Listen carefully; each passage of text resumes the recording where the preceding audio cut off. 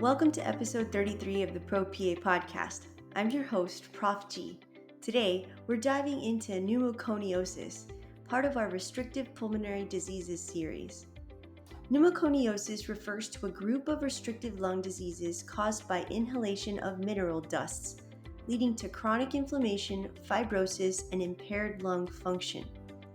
We'll break down the most important types of pneumoconiosis, which include co-workers pneumoconiosis, silicosis, asbestosis, and briefly touch on Berylliosis and talc pneumoconiosis to help you recognize, diagnose, and manage these conditions for the PANCE and clinical practice. Let's get started. First, let's look at the kinder patho. What is pneumoconiosis?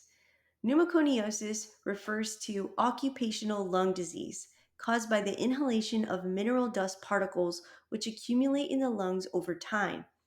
These particles trigger chronic inflammation, fibroblast activation, and collagen deposition, resulting in interstitial fibrosis and stiff, non-compliant lungs. So, how does that happen? Well, dust particles are inhaled and deposited into the alveoli. Then, macrophages come in and engulf the particles, but they can't break them down. So, you get persistent inflammation, which triggers fibroblast activation and collagen deposition, resulting in lung fibrosis over time. So, what are the different types of pneumoconiosis? Pneumoconiosis is kind of like an umbrella category, right? So, there are several different types underneath it that we need to be familiar with. Now, we don't need to be like knowing every little in and out detail of all these things, but there are some things that you do need to know for your PANCE, and I will try to lead you in that right direction. So number one, co-workers pneumoconiosis or CWP. This is also known as black lung disease, and it's caused by inhalation of coal dust. So you see it in coal miners. And there are two forms of this type of pneumoconiosis. There's the simple CWP, which is asymptomatic or very mild symptoms. And then there's the complicated CWP, which can lead to progressive massive fibrosis, and it causes severe lung scarring and respiratory impairment. Now, the clinical features of co-workers pneumoconiosis are going to be chronic cough and dyspnea and progressive respiratory symptoms in advanced stages. It is very important that you know what the typical imaging findings are for each of these pneumoconiosis. So the imaging, the chest x-ray for co-workers pneumoconiosis is going to be small, round opacities in the upper lobes. So the way I've heard it said is you go down into the coal mines and the dust goes up into the upper lobes. Also, in complicated CWP, you can get large fibrotic masses. Now, what is the management? Well, mainly supportive care. Once the fibrosis sets in, you can't reverse that. And you're going to want the patient to stop smoking, and we're going to have to engage in oxygen therapy, but there are no real targeted treatments for CWP. Now, silicosis. So silicosis is caused by the inhalation of silica dust, which is found in industries like mining, quarrying, and sandblasting. And silica particles are toxic to macrophages, which leads to that nodular fibrosis. And you have an increased risk of tuberculosis and lung cancer with silicosis. So the clinical features include, again, dyspnea, cough, fatigue, and symptoms may appear decades after the initial exposure. Now, imaging, again, is going to be very, very important for silicosis. There is pathognomonic findings. So the chest x-ray, you're going to see small, rounded opacities in the upper lobes. Again, down in the quarry, up in the upper lobes, rounded opacities. And we tend to call them eggshell calcifications of the hilar lymph nodes. And this is pathognomonic. So if you see something that says eggshell calcifications of the hilar lymph nodes, it is silicosis. The management is going to be supportive care, and we want to do our annual tuberculosis screening as recommended. All right, moving on to asbestosis. So asbestosis is caused by the inhalation of asbestos fibers, and this is commonly seen in construction workers, shipbuilders, and those who are exposed to the insulation materials back in the past.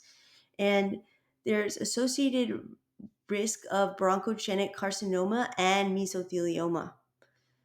The clinical features are going to be dyspnea on exertion and dry cough, and the symptoms typically develop between 10 and 20 years after the initial exposure. Now, again, imaging, very important. Chest x rays are going to show diffuse reticular opacities in the lower lobes. So you go up on the roof, construction workers go up on the roof, the asbestos fibers go down into the lower lobe, so it's opposite.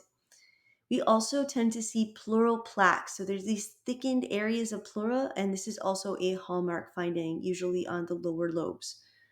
Management for this is going to be supportive care, and it's super, super important that our patients with asbestos exposure stop smoking because there is a synergistic correlation between bronchogenic carcinoma and asbestos exposure. So make sure that patients stop smoking because 1 + 1 = 3 in this case. So bronchogenic carcinoma and asbestos are both at higher risk.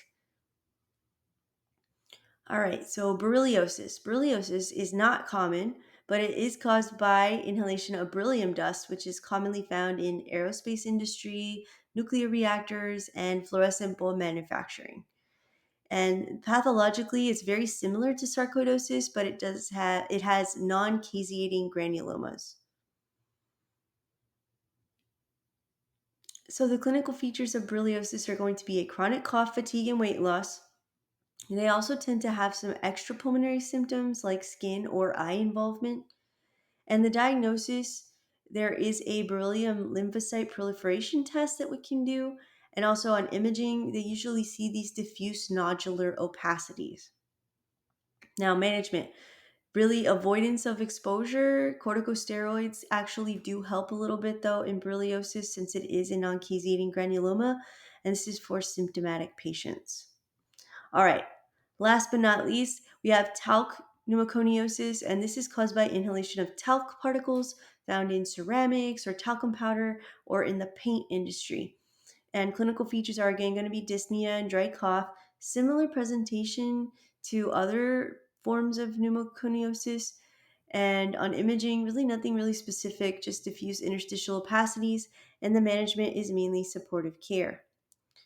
So, how do they typically test this on the PANCE and on PanRay? Well, the way that I've seen it is mostly just recognizing it.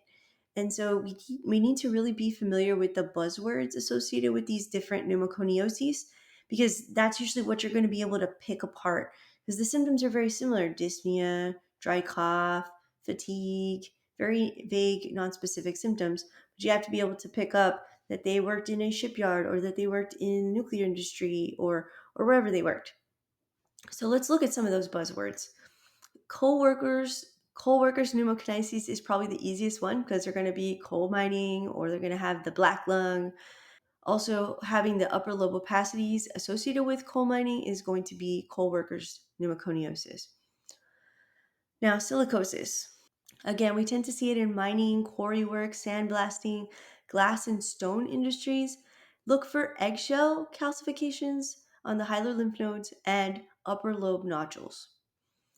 Asbestosis, shipbuilding, construction, insulation, lower lobe fibrosis, pleural plaques, and mesothelioma. Berylliosis, aerospace industry, nuclear reactors, fluorescent bulbs, non-caseating granulomas, and talc pneumoconiosis, ceramics, talcum powder paint. All right, so diagnosis. So it's going to be really crucial to get that occupational history for anyone that has a chronic cough, dyspnea. You're going to want to get a detailed history of job exposures because the patient's not going to know is important unless you ask them. Imaging. So chest x-ray and high resolution CT are going to be used to identify patterns of fibrosis and localization of the opacities. We also tend to do pulmonary function testing, and it will typically show a restrictive pattern with a decreased FVC and TLC and normal or increased FEV1 to FVC ratio, which is consistent with restrictive pattern. We also can do the specialized test we talked about, the beryllium lymphocyte proliferation test for Berylliosis. Well, how do we manage these patients? Well, mainly with preventative measures. So there are workplace protections like respirators or proper ventilation. We also want to do regular screenings for workers in high risk industries. We can also provide supportive care like encouraging smoking cessation, oxygen therapy, and pulmonary rehabilitation, and treatment of complications like annual TB testing for silicosis and monitoring for lung cancer or mesothelioma and asbestosis. All right, some quick clinical pearls before we wrap it up. Number one, upper lobe opacities are seen in CWP and silicosis, while lower lobe fibrosis is characteristic of asbestosis. Number two, eggshell calcifications. Which one is it again? It is silicosis. Yes, eggshell calcifications of the hilar lymph nodes. That is hallmark.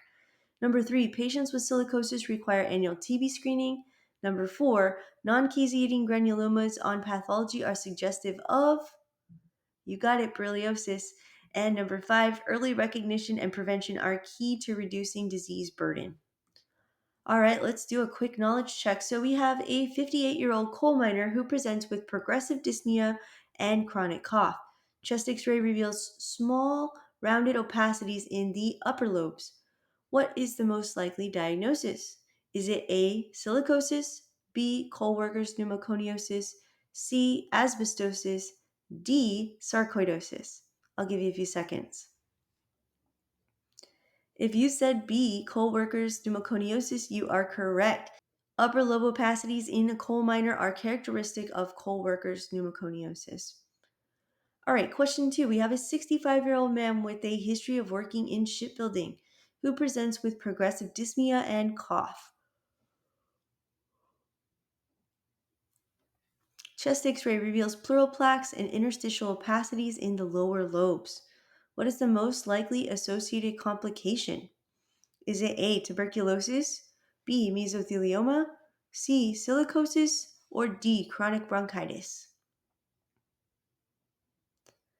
If you said B, mesothelioma, you are right. All of these signs and symptoms that we saw in this vignette are leading us towards asbestosis, and it is strongly associated with pleural plaques and mesothelioma. All right, I want to thank you for joining me on this episode. I hope it gave you the tools to recognize and differentiate the key types of pneumoconiosis. Stay tuned for our next episode in the Restrictive Pulmonary Disease series, where we'll cover sarcoidosis. If you found this episode helpful, hit follow and turn on notifications so you never miss an update. And as always, this is the ProPA podcast, where future pros in medicine are made. I'll catch you in the next episode.